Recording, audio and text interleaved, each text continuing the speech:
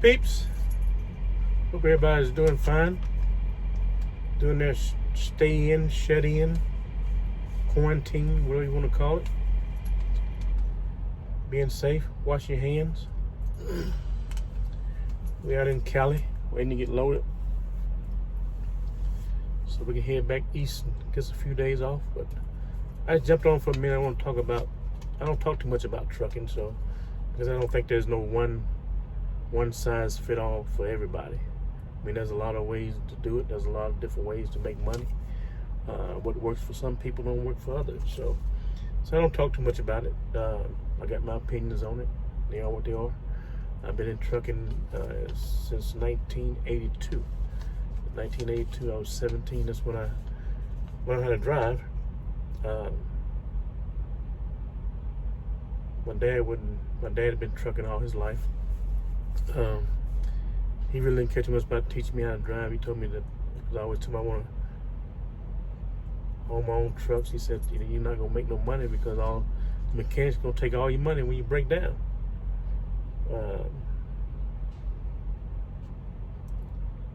So I had a friend of mine. My dad worked for his dad. Started teaching me, Ricky Parker started teaching me how to drive. So he taught me how to drive. They own a ready mix plant. And so I used to haul gravel, put in a dump truck on the weekend and after school. When I got out of school, I went to, I started working on trucks. Went to school, got my certifications. I got certified on Caterpillar, Cummins, Detroit. You name it, I can fix it. I've built glider kits. I've pretty much done it all. When I sewed it up, learned how to work on them. I went on the road doing some driving, truck driving. Drove for my cousin a few years. Went back to working on trucks again. Done that for a while. Bought my own truck. Done that for a while. Got my own authority. I eventually had about 10 trucks. Got my broker authority, my wife and I. We broker freight out. So there's a lot of ways to make money in this industry. I've worked on the corporate side. I've been in this business for 38 years. Having driven for 38 years, I don't think I could have handled just driving the truck for 38 years, but everything I've been doing pretty much in the transportation industry. But I mean, you can make money in trucking. I think that, there's a few core principles. I think if people grab those, they can succeed in trucking. The first one, you got to have a good work ethic. If you got a good work ethic, along with the knowledge of the industry, you got to learn the industry. You got to know the ins and outs. A lot of guys come into the industry, and ladies, with high expectations, expecting to be one way or another, and they get discouraged. But you got to know the industry. Make sure you talk to people in trucking. There's a lot of super truckers that'll tell you a lot of fishing stories, so you don't want to try to steer away from those. Most of it is a bunch of lies. So you'll find somebody who'll give you the hard facts about it, because trucking is a cutthroat industry, and you got to be savvy to be in it. So you got to have your knowledge. You got to be able to have endurance, because it's going to test you. It's going to try you. It's going to be long nights, long days. Things change at the drop of a hat. You got to have patience, because it will work your nerves. People give you half truths, especially dispatchers. So you gotta have patience, level head. I heard a lot of guys cussing. They cuss this person out, they cuss that person out. They don't do no good. All it's going to do is hurt you in the long run. Then you got to have commitment. You want to be committed to what it is that you're doing. You know, not jumping from one company to another. Well, a lot of guys get in, they get to talking to guys about how much money they're making in one place. They go jump over to this other place. It's, you know, that's the same thing with coming with having patience. You got to have patience. Put in your time. You're gonna make the money. The money gonna come. You get experience. You're gonna make money. So I mean, if you can have those things, work ethic, good work ethic, learn the industry, endurance, commitment, and patience, you can succeed in trucking. I'm talking about, you know, and most of what I'm talking about is over the road trucking. I'm not talking about local trucking, which is kind of different aspect of it. You can succeed. That don't mean you're gonna be successful. I think there's a difference between people succeeding and being successful. Succeeding is, you know, guys come out here making money, being able to provide for their families. But at the end of the day, the more they make, the more debt they generate. I think to be successful out here, you gotta have a plan. First of all, after you feel you have all those other qualities, you need to have a plan. You know, how long you plan on being out here, how long you gonna do this. You don't want to get burnt out. How much money you're looking to make, how much money you need. And I think everybody's plan should have a debt elimination in it. Figure out how much debt you have and a plan to eliminate it, because too many people come out here with debt or come out here and accumulate debt, and they gotta make a certain amount of money or run a certain amount of miles to be able to survive here. In this industry, I mean, the 38 years I've been here, the rates are up, down all the time. You know, I've never seen it the way it is now, but you know, it's always fluctuating. It's always, as a broker myself, I mean, we play with the rates. If I can get a load that paid $1,200, going 300 miles, if I can find somebody to do it for $350, guess what? I'm gonna get to it for $350. So I mean, there's a lot of, like I said, there's a lot of cutthroat. The middleman a lot of times make more money than the trucks. So you want to be wise, but you definitely got to make sure you got a plan when you come out here, because the more debt you got, the more it's going to cost you to run that truck. Because not only you got to cover the costs of running the truck, if you're an owner operator or a lease guy, you got to cover your home expenses. If you got too much home expenses, then that's going to make it hard out here. So you want to make sure you're eliminating your debt. When you're out here, you're debt free, you can operate. You can always look at trucking, not always, because I made a lot of foolish decisions in my 38 years of being out here. At some point I came to the decision, you know what, I'm going to be debt free. And I looked at my debt as a big hole, and I need to fill that hole. And trucking did provide me with a big enough shovel to fill it really quick if I manage my money right. And so, you know, once you begin to make money, you want to eliminate debt, and then begin to build wealth. One of the things you want to have in your plan, you need to have, you know, whatever your monthly expenses are, you want to have at least enough money in the bank to cover 6 months of your expenses, whether it's the truck or home, to be able to cover both. So if something happened, you know, you can get sick, you can get hurt, you know, something happened like what's going on right now. This is pandemic.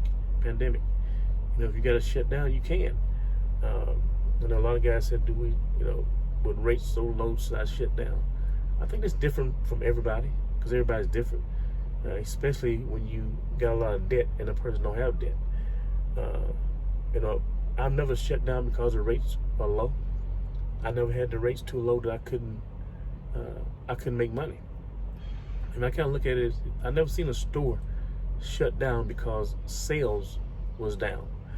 They prepared for the sales being low because they knew it was going to happen. They expected it to happen. The same way as owner operator, lease guys, even a company driver. You should prepare yourself for those times when the rates are low and the freight is slow. So you got money built up to cover you in those times. I've never operated in the red.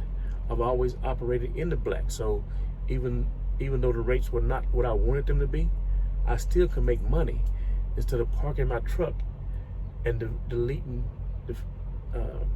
my emergency fund. That would not be a smart thing to do. You build up emergency fund and you decide to stop and don't run because the rates are low. You're not making what you want to make. As long as I'm making a profit, I still can cover my cost and still may be able to put a little bit of money back instead of taking all my money out the bank. So you want to be wise. It's, you can always park and say, what, I'm not going to pull for that rate. But you still got, even if your truck is paid for, you still got to pay insurance. Now I hear guys say, I'm not going to run my truck. I run a load for $1.50 miles and have a tire blew out. You should already be prepared for that. If that one load is going to break you because your tire blew out, you're already out of business. So you should be prepared for the long haul. So that's what it's all about. Preparing yourself, building up emergency funds 6 months or more of your expenses, and then start investing your money, building wealth out here. Because I can't, like I said, I've been in the business for 38 years, but I couldn't see myself driving a truck for 38 years. Ain't nowhere in the world. But I love driving. I'm back in it now with my wife and I. And I'm enjoying it, probably because I took a break from the road. I was in the corporate side of it for almost 10 years, but I still did trucking on the side. But you want to make sure you're planning for times like this, so you're prepared when the shutdown comes. If I got to shut down, I'm okay with it. If the rates drop, I don't like them, but I still can function, and I got to worry about it. As long as I'm not operating in the red, but I go operating in the red, and I'm going to make a decision. It's time to park this thing. And when that happens, guess what? I got an emergency fund to fall back on. So you want to make sure you're prepared for times like this, so you can do what it is that you need to do. And I want to say this: I've been in trucking 38 years, and if you got a family, this is probably not a good place for you to be. And I made a decision years ago to get into trucking, and especially when I started my business, I was so committed to it, I started neglecting my family. It's easy, especially for older road drivers, to get out here and lose your family being on the road, and it's not worth it. I tell anybody, if you got a family, stay at home with your family. You can always find you something else to do. I had a lot of choices. I got a lot of other things I could have done, but this one I chose because it was making me more money. I thought that my family needed the money to, be to provide for them nice things, but really needed me more. So I just want to encourage anybody that's got a family, put your family first. The money can come later. But I just want to jump in and say, guys, just, if you hadn't had a plan, when this is over, get a plan. Be prepared for the next one to come. It's good to listen to people, but, everybody got their opinion. Like I got mine. But in trucking, there's no one size fit all. Everybody is different. Everybody's financial situation is different. I've hauled freight $5-6 a mile. I've hauled freight $1.50 a mile. If you manage your money well, you can make $1.80, $2 a mile. If you manage well, not a lot of debt, you can make good money. And you can build wealth, and you can invest. Versus I'm getting $3 a mile, and I'm spending everything I get. I'm buying new cars and spending money on everything that's depreciate instead of investing it for my future. So it's not about always how much money you make, it's how much you save and how you invest it. You want to be setting yourself up for the future. This because these rates gonna always change. That's not nothing new. Like I said, ever since I've been in the industry, rates have up and down and up and down. Ever since I've been at guys that complain about the rates, like I said, I probably, I don't know if the rates have changed in the last 20 years. A lot of guys still making the same. As far as the company drivers come a long way from those times, but I have never really been a company driver, so I've always either had my own authority or was leased to somebody. So those rates hadn't changed a whole lot. So, but they do fluctuate a lot, just depending on the demand. If there's a great demand for trucks, the rate goes up. If there's not a big demand for trucks, the rate's going to drop because the broker's trying to make as much as they can off the freight. And if drivers desperate enough to haul it or content with hauling it, somebody's going to haul it. So that's why I always say, if as long as I can make money off of it, I'm going to haul it because somebody's going to do it. Might as well be me. As long as I'm not losing money and I'm making money, I'm good with it. So that's why I say everybody's situation is different. So just have your plan and be able to work your plan, so you know what's best for you and your family and your business, and you'll be able to be successful out here. So, all right, guys, I'm gonna get off this thing. We gotta get out of here. You guys have a nice day. Stay safe. Peace.